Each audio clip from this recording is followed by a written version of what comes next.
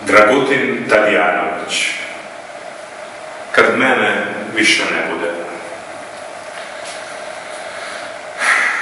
Svakog dana sunce zapada.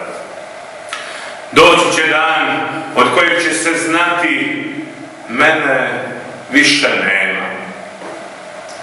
Ma neće se ništa desiti što nije bilo za mojega vijeka. Mornari će ploviti morima, vjetrovi će hujiti žalostivo u granju, savijat će se dozrelo klasje zemlji, voljet će se mladići i djevojke, kao što se prije njih nikada nije volio nitko. U jesen, kad voće dozrijeva, kad se beru plodovi, prolazit će njih dvoje alejom ispred sveučilišta. Zatim će šetati pod kestenima na griču, držeći se za ruke, dugo, dugo, kako se prije njih nitko nije držao nikada.